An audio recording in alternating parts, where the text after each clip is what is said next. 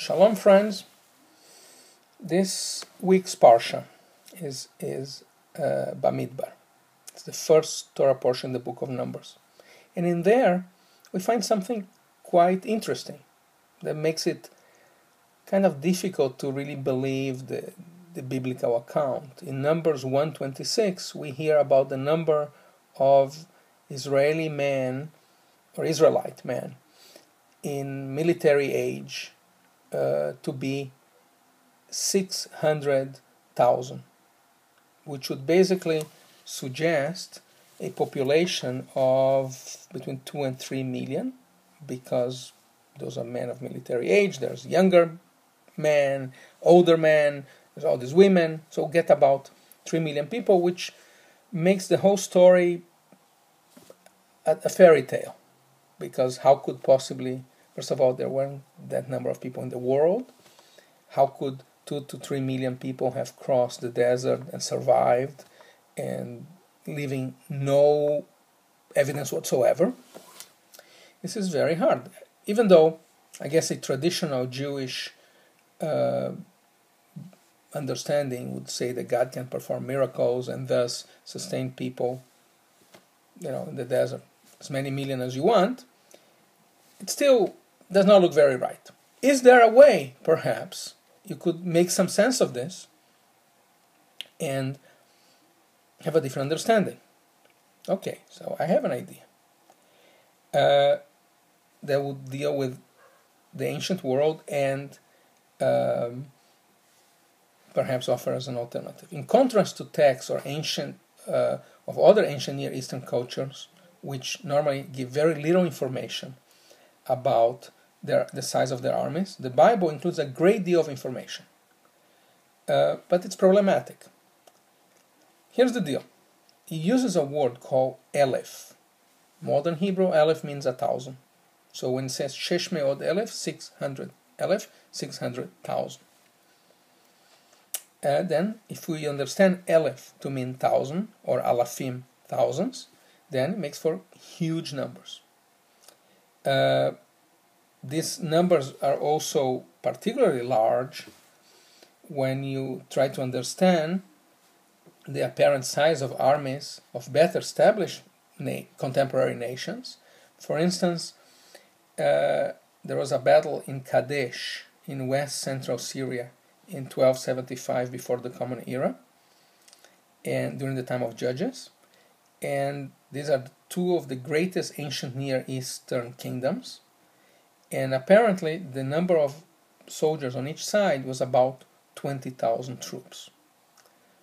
Logically, the much younger and less populous nation of emerging Israelite slaves from Egypt must have a much smaller army.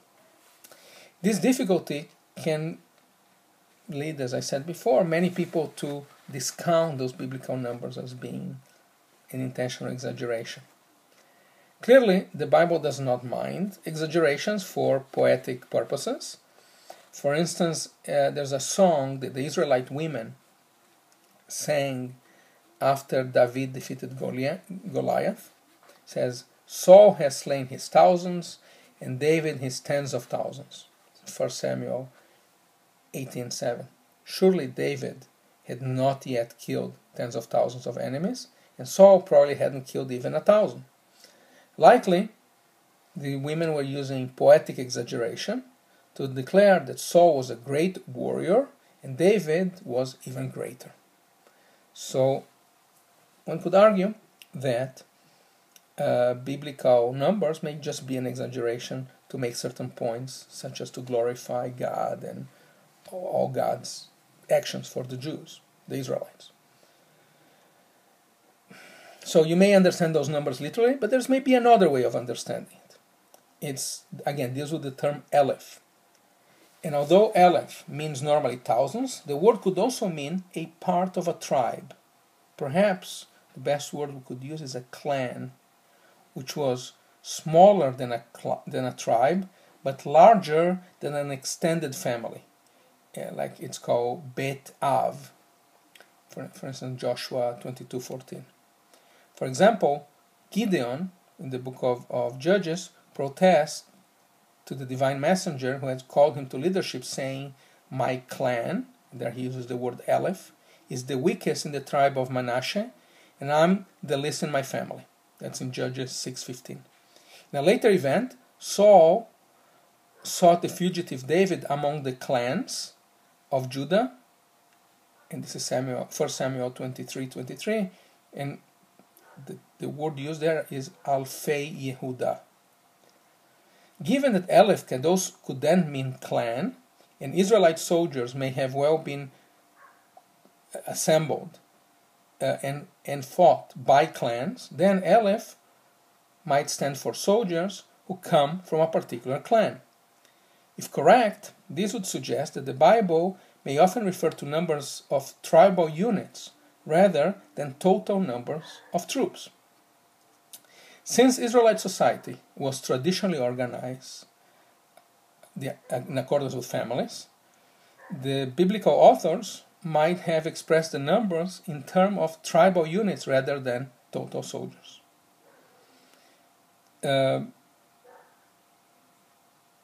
Okay, so if we understand Aleph as a unit rather than 1,000, seems to solve many problems of large numbers associated with this military Israelite forces.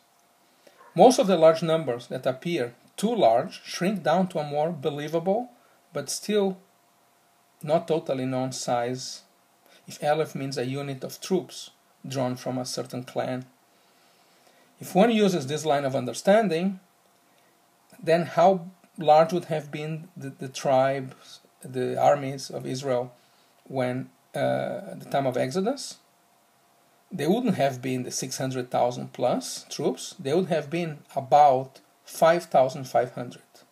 How so?